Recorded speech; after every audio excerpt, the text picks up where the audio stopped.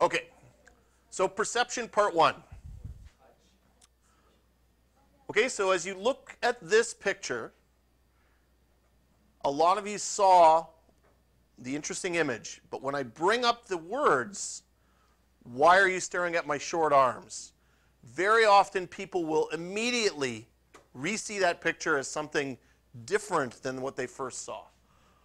Okay, so the concept of sense perception. The 5 basic senses, sight, sound, taste, and touch, are our gateways, our inputs into the world, or more accurately, from the world, our senses are bringing stuff into our brains. And they provide us with this incredibly rich experience. So now I'm going to ask you guys the question.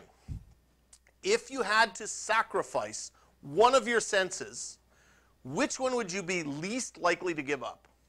Okay, who'd like to answer that? Which one would you least likely give up? Sight? How many people say sight? I just said 4 out of 6 of you. Okay. What would the other one? What would be one you guys would give up? Wouldn't give up. You would not. Touch, and for you it's sound. Okay. Which one would you be most willing to give up? Anyone not say smell? Touch. Okay. Or so you'd be willing to give up touch, and everyone else is willing to give up smell if they had to choose. Interesting, right? We all kind of value our senses in slightly different ways, but there are some certain averages there. Often in the past, and I've asked that question, more often than not, the one that most people are most least likely to give up is sight. And the one that they are most likely to give up, on average, is smell. Okay? So, interesting that we kind of value our senses that way. Yet there are people in the world who have lost the ability to see and have lost the ability to smell. My grandmother now is in her 90s, in her late 90s, and she's basically lost her ability to taste. I went and visited her last weekend, and she said, I'm having a cup of hot chocolate. And I said to her, well, is it good? She said, well, it's warm. And that's all she could taste from it. She enjoyed the but she said I could basically be having hot water. It would be having the same effect. She couldn't taste the chocolate anymore. And she's learned to live with that. That's fine for her, okay? So the majority, again, say they're willing to give up their sense of smell and least willing to give up their sight as their 2 senses. It's not surprising because our sense of sight seems to be part of our biology now. It seems to be part of our evolutionary history, is that we highly value our sense of sight. And a matter of fact, in a lot of ways, we've associated vision with knowledge in a lot of ways. We've used terms like seeing is believing. We've associated vision with language, right? A lot of our language has very vision-oriented language built into it. We rarely say things like smelling is believing, right? We say seeing is believing, right? We say things like, I see what you mean. That's a common colloquial term. We don't say, I smell what you mean, okay? We say someone has insight, not in smell. So the visual part of our persona as humans has now really pushed itself forefront in terms of our language and the way we operate. So for sure, on average, vision is a big part of what we are as humans. Can any of you think of another figure of speech that connects senses to knowledge? I've given you a couple here. I see what you mean. I smell what you mean. Not really. Like when you say you know something, what kind of common terms do we say? No one's got any? Okay. I have a feeling. Okay. Which sense do you feel that's touching on? Is it touch, do you think? When you say, I have a feeling about something? Or is that emotion? Feeling in your brain? Touching your brain. So the sense of touch. Some of you valued that sense of touch highly. Some of you not so much. We only have the 5 senses. So some have called smell the mute sense, okay? Which means that we have lots of words for visual accuracy, like to describe things visually, but we don't have a lot of words to describe smell, right? We have smells good, smells bad, smells awful, smells strong, smells weak. But if you think about the words we use to describe visual things, we have way more of an array of descriptive words to describe the way things look, or even in sounds, the way things hear, the way we hear things, pitches and tones and stuff like that, and even touch, hot, cold, prickly. We have a lot more words, but can you think of any other describing words to put with smell?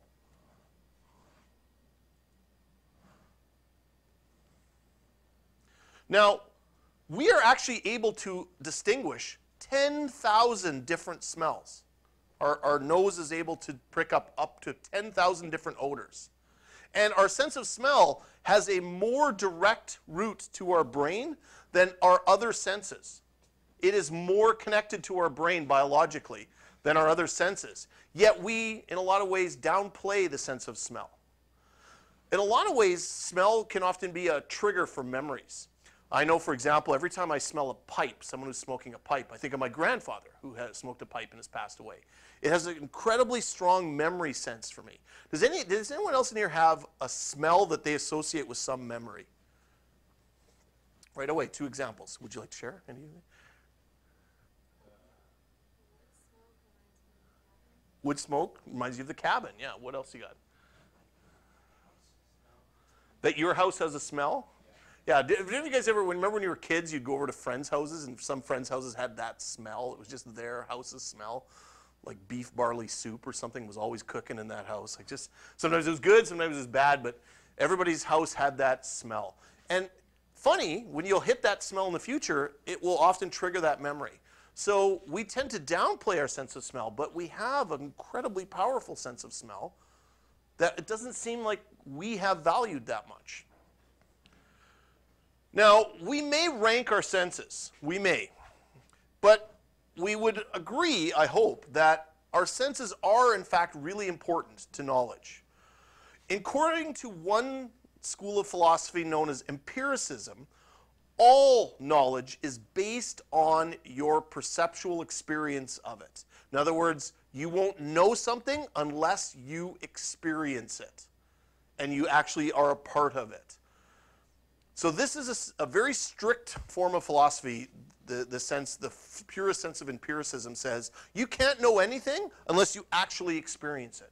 So you don't know if Africa exists unless you actually experience Africa. Okay?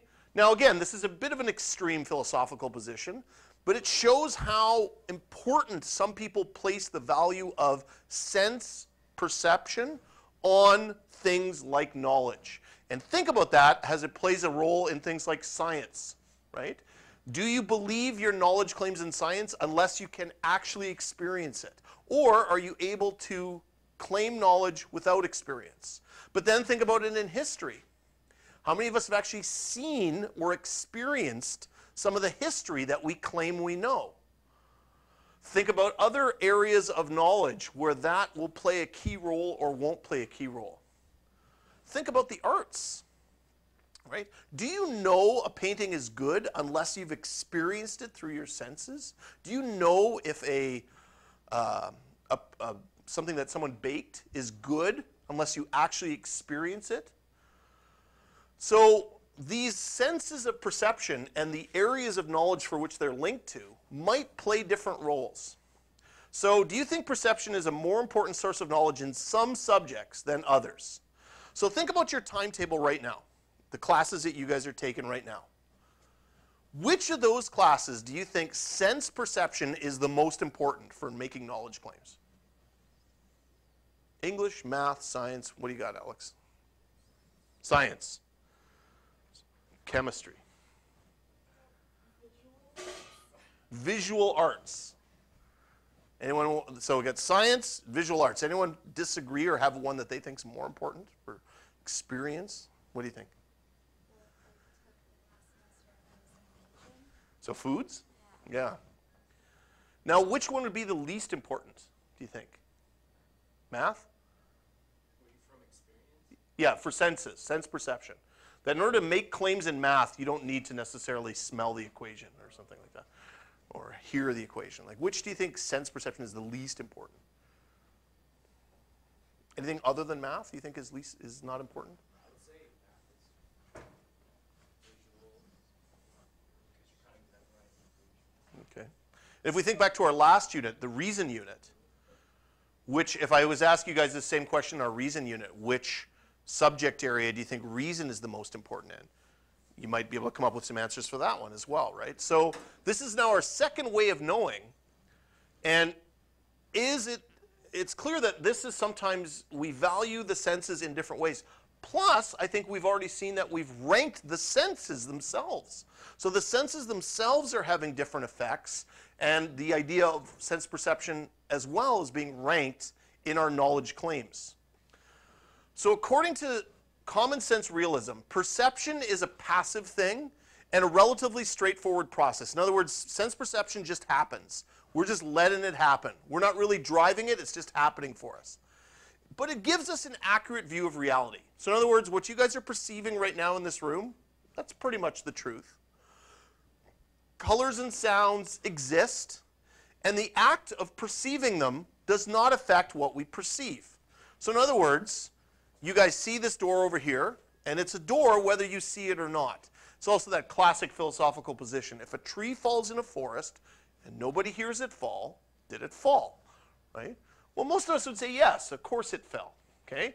But do we need to actually experience this for it to be there? If not for our senses, we probably wouldn't have survived. Senses is a big part of our survival mechanism. But there's more to it than just that, okay? I would argue that senses is not a passive process, but an active process, okay? That there are things happening out there that we may or may not perceive, okay? How many of you, before I say the words, because you got to think for a second, can hear the hum of the air conditioner fan in this room right now? Okay, I said before I said the words. So you heard it, okay? But a lot of us tune that sound out, right? It's very subtle. It's not this one. That one I have off. It's this one. These are school fans, and they're running airflow through the building right now. And you can hear it, but you have to actively listen for it. Okay? So it's there. It's out there. But we have to often actively activate our senses to pick up certain things. And we don't do that for everything, right? I'm not asking you guys to look at every single color in this room right now. I'm not asking you to absorb every smell in this room. Like, can you smell Prashant's aftershave right now? Right? Maybe because he doesn't have any on. I don't know. Right? It's something that we can take an active role in. 2/3 of what we see is behind our eyes. Okay, so this is the fun part, I think, of today's presentation. If we know that our perception can be active and that we can or cannot change some of the things we can see, let's take a look at what you actually do see. So perception is actually a fairly complex process. The science behind it, the way our senses work, we're going to look at it in a different presentation. But there's two parts to really what's going on here. One is the mechanics of what we sense, like what our eyes can actually do, what our ears and our nose and our sense of touch can actually do. But then once it comes into our brain, we have to interpret what we're seeing or what we're hearing. So there's two parts to it, what we're actually sensing and what does that mean. So right now, all of you guys are staring at me. You would assume that every single one of you is seeing the same image. That what one person sees is probably the same as what another person sees. Now, it's possible that the inputs are the same, that you're both getting the same visual inputs. But once it gets into the brain, one of you might see me as a middle-aged woman right now, because that's your interpretation of what's going on.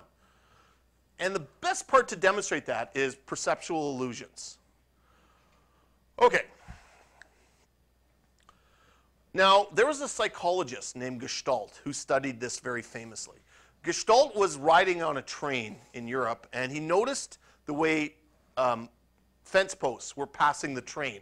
And he kind of had a feel about the way that was affecting his brain. And he developed a whole area of psychology called Gestalt psychology. And a big part of Gestalt psychology is the rules around the way we perceive things in our natural environment and our phenomenon. Okay, and another big part of this is the way this can fool our senses. Okay, so one of his concepts was the concept figure ground, which says that we tend to highlight certain aspects of what we see as a figure and ignore other pieces as the background. So as you see me walking right now and sort of waving my hands, you're focusing on me and my movements, and you're blurring these images in the background. Those are not important to you right now. What's important to you is the figure in the foreground. That's what you're actively sensing. Same with the hearing. You guys are actively listening to my voice and intentionally taking out the sound of the air flow in here. So we're selective in what we are perceiving as figure versus background. So this is a question. Is that a white figure on a black background or a black figure on a white background? That's the idea. With Gestalt psychology, we have to make an active choice as to what's the foreground and what's the background. So it's kind of ambiguous at this point. The only thing that I would say would define it is that outer line helps us to kind of structure it a little bit to maybe say that it's a black circle with a white line on it, or with a white drawing on it. Let's try another one. Is this a black star on a white circle? Or is it a black circle that has white painted around it? Which is the foreground, which is the background? Is this a vase, or is this two faces staring at one another? Now it gets a little more interesting, right? So perceptually, what are we actually actively looking at here? The answer is essentially both, right? It is a picture of both things. It's up to us to decide which one we're looking at right now. Are we looking at the vase, or are we looking at the faces? Now, here's a little more interesting one. How many of you see an old woman? How many of you see a young woman? Okay, so for those who didn't see the old woman, if you see this is her mouth, and this is her nose, and that's her eye, that's the old woman. For those of you who saw the old woman and want to see the young woman, this is her necklace, this is her chin, her eye, and her ear. Now, how many people can see both right now? Okay, and you can do that in your brain by actively changing the perception. Now, what's not changing is the inputs. What you see is not changing. You see the same content, but what you do with that content in your brain is now what's changing, is that active process of changing what you see. Do you see a musician here or a girl's face? How many see the girl's face? How many see the musician? So for the musician, this is the guy's nose, and the saxophone here, I'm not sure why it's puffing a smoke, but it's a saxophone there. Maybe I should have said a guy smoking a pipe. But for those of you who want to see the girl's face, there's eye, nose, mouth, and hair. Okay, and again, it's an active process of looking at that. Can anyone see a dog? Okay. And again, there's no dog in this picture. This is not a picture of a dog. But we can perceive the dog by actively engaging in the photograph and making connections that maybe aren't there. So we are seeing a dog in this photo. For those of you who can't see it, this is the head of the dog sort of drinking on the ground, back legs back here, and this is sort of the body of the dog right there. It's an active process. So that if we make a knowledge claim, like I know that's a dog, and how do you know that? Well, I can see the dog. That might not be a knowledge claim that somebody else will accept because they don't see the dog. Okay. The second Gestalt principle was the principle of closure, and this is one we kind of already just did. We tend to complete figures that aren't there. Our mind tends to fill in blanks. We're very pattern-seeking creatures, and we just like to fill in the blanks when it's missing. And it's a survival instinct. It allows us to do things like survive better by using this technique, but that technique can also fail us. It can So how many triangles do you see here? Quick answer. How many? Quick.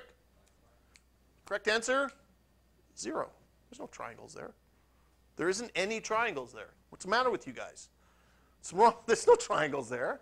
There isn't one triangle on the screen right now. You answered 5 because you filled in the blanks. There is no triangle on the screen right now, but you filled in the blanks. You easily closed the gap that was there. Your mind took care of the problem. See a triangle now? No, you don't. There's no triangle there. What's the matter with you? There's not even 3 circles there. But your mind filled in the gap. Now, this could also be an argument for figure ground. Which is the foreground, which is the background?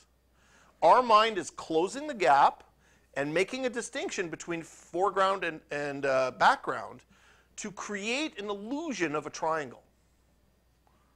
Now, we probably recognize this as a CD. Maybe I should get a newer picture, DVD. But in reality, it's not actually there. The image has been cut off.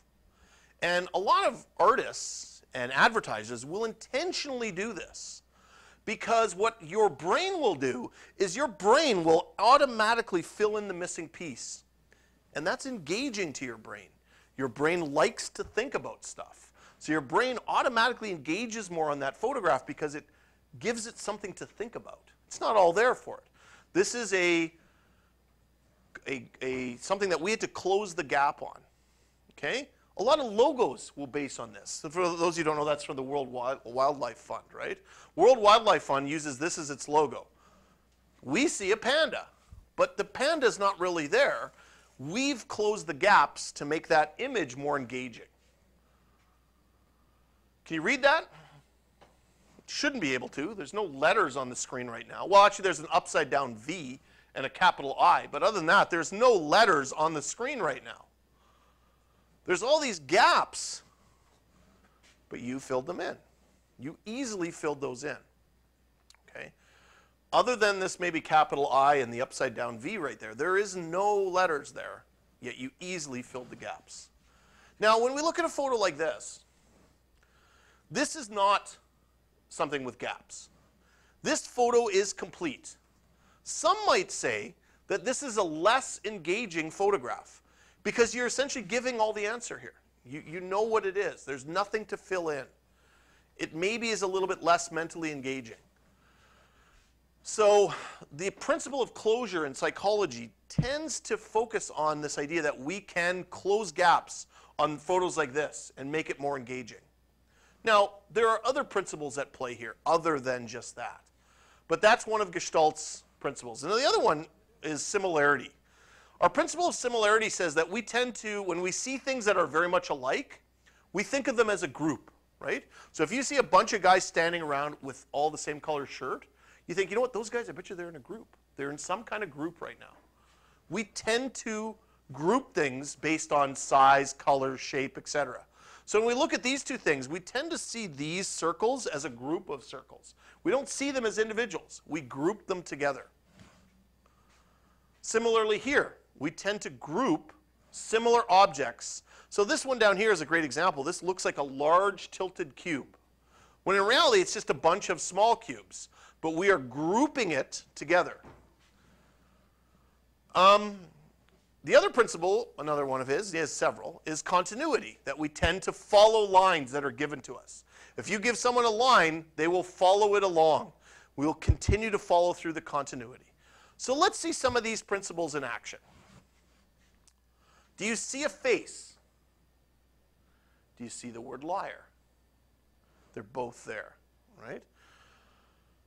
So these are often used by artists to create incredibly visual type things, but the Gestalt principles affect our visual perception of reality. Which is bigger, this circle or this circle? They're the same size. They're exactly the same size. This circle and this circle are exactly the same size. Yet, perceptually, it's difficult to often perceive that. How about this spiral, right? This is not a spiral. This is a set of concentric circles, right? Independent circles, like a dartboard, getting smaller and smaller. But it looks to us like a spiral, but it's not, right? If you actually took one of these circle lines and you went around it, it ends where it began. So here you can see I start right here. Whoops. Go back. Right there, and I go all the way around. I'll end in the same place I started. Hard to grasp. Okay, for this one, you have to really engage. Stare intensely at that dot. Focus hard on it. And what you'll see is the haze around it will start to shrink in your perception. I'm guessing that just happened to you. So it makes us question now. When we make claims based on perceptual knowledge, what are we actually seeing? So if someone said to you, well, I saw a black dot with a gray haze around it. Well, how big was the haze? Well, maybe it depends how long you stared at it. Because if one person stared at it for a little while and another person stared at it longer, the size of that haze might be affected in a different way. How many colors? Don't read the bottom. Don't read the bottom. How many colors do you see in this image? Don't read the bottom. Try to resist. There are only 3. There are only 3 colors, including white. White, green, and pink are the only 3 colors in this image. White, green, and pink. That is all. Okay? Now, it's hard for us to sometimes see that because of the way our perception is affected by the colors around it. But in reality, for example, if I zoom in on this, you can see here at the middle point, only 3 colors. The pink, the green, and the white. That's it. Those are the only colors there are. Yet when I pull back, it seems like there's more colors there. Perceptual problem, again, with the way we perceive it. Oops. Okay, how many black dots? Come on, you know the answer. How many black dots are on the screen? Yeah, how many black dots? 0, correct. There are 0 black dots. But if you stare at that, you'll start to see black dots popping up. Are these lines parallel? These vertical lines here. They are parallel. They do not slope. Those are parallel lines. If I took away the black squares, these are all parallel. See as I go along? Parallel lines. Okay? So that pink was pink because it was just put in different places? Correct. Yeah, Here's some famous artwork that makes use of this as well. Take a good look at this artwork as you're sort of accepting the knowledge that what it is. Take a look, for example, at that Roman pillars there, and then study the pillars in more detail. Is that actually like a sculpture, or is it? The painting, right? And then again, study this one as well. An actual sculpture? Oh, you think that's Okay, how about let's do something simpler. How about a picture of an elephant? Oh, no, actually, we'll start with this one. Okay, this one, by the way, I never showed to grade 9 students. Okay, what do you guys see here? Don't read the text. What do you see here? Come on, be honest. What's the matter with you? It's a picture of dolphins. Oh my gosh, I love this one. This is a picture of dolphins. If I showed this to a kindergarten class, they would have said dolphins. Because they have no context for placing that image in something which you just placed it in something else. These are dolphins. You should show it. Let me zoom in a bit. Oh yeah. The tail. What's wrong with you? These are all dolphins. This is pictures of dolphins here. Where's its head? That's a dolphin right there. See? Oh. They're all dolphins. No, there's... 1, 2, 3, 4, 5, 6, 7, 8 dolphins right there. 8 dolphins. Yet you saw something different. What were you guys doing this weekend? It's a context thing now. Our perception and the context in which we see something changes over time. When I present that image to a kindergarten class, they see dolphins. Yet grade 11 IB students see something very, very different, okay? So this I could relate to something called episodic memory, right? So you're actually making a memory connection here as well to, I'm not sure what you're making a memory connection to, but the random dolphins on this screen aren't random at all, but they're placed there to try and again affect your perception. I believe, how many of you can read the French there? Message d'amour des dolphins. What does that mean in French? I don't. Is that French? Message of the dolphins or something like that? So,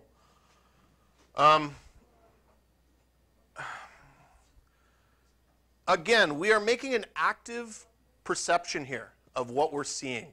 We are specifically looking at that image in a certain way. And again, Mr. Evans, what's wrong with you? This is a picture. This is a picture of dolphins. What? Please look closely. How do you see the dolphins? There's a dolphin. There's a dolphin. Oh. There's a dolphin. There's a dolphin. There's a dolphin. There's a dolphin. There's one. There's one. I feel perverted. You know what I saw? Like a naked lady. And that's the context of our perception, right? Children have not encountered scenes of this kind of adult intimacy. So they have no context for viewing the image in that light.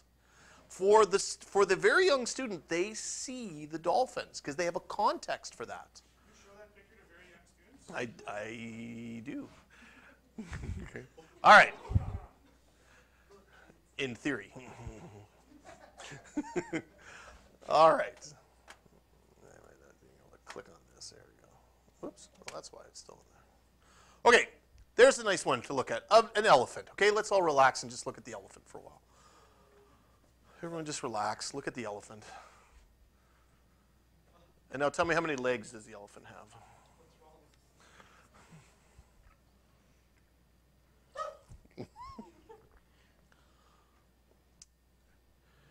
It's easy to see the elephant at first.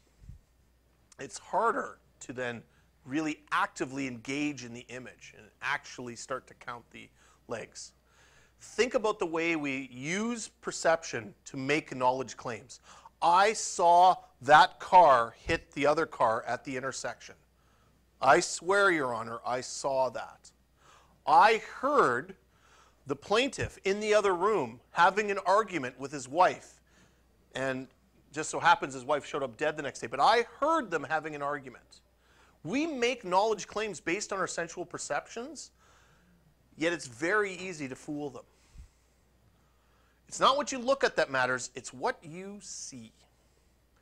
That the idea of sense perception is an active process, that it's more than just the inputs, it's the way we interpret those inputs. Okay, so let's wrap up with some expectations based around this, okay?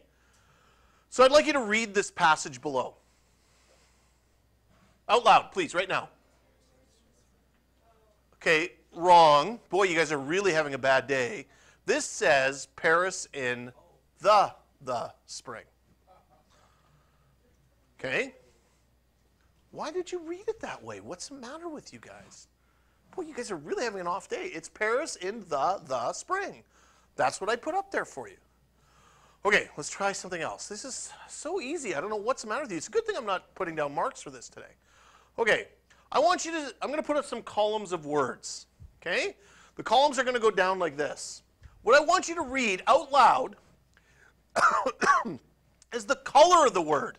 And I want you to do this quickly. Ready? Go.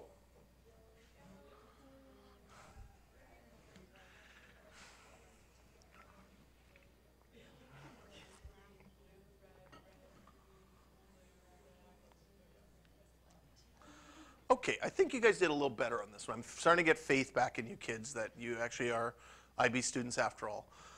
Now, generally with this activity, students will start slow, but by the third and the fourth column, the pace is increased. Because why? How did you make yourself go faster? Anyone have a technique that they could teach me to read that faster? Well, what a lot of students have told me is what they do is they blur their vision a little bit so that they don't actually see the word. They just focus on the color by sort of ignoring the letter patterns there. Now again, if I went the other way, I said read the word and not the color, then students would actively focus on the letter patterns and blur out the color patterns. So you are making an active decision to affect your perception in a certain way. So you guys did really well. Let's see if you can do one more activity here that I hope you guys can redeem yourself with. And that's to just read a paragraph. Can you read that? That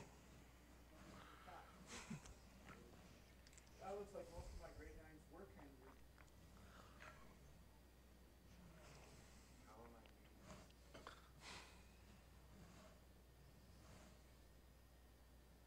Okay, how many people had trouble reading that paragraph right here? None of you? Excellent. You've totally redeemed yourselves. Now, if I asked you to type that into Microsoft Word, how many of those little red squiggly error lines would come up? A lot, right? How can we do this? How can we actually read this? Well, it's not just the inputs, it's what we do with those inputs, the way we interpret what we're actually seeing and what we're actually reading. We're actively making a choice here. So yes, for sure, sense perception is a big part of our knowledge claims, but there's clearly a little more to it than that. Okay, time for a couple videos to try and strengthen this.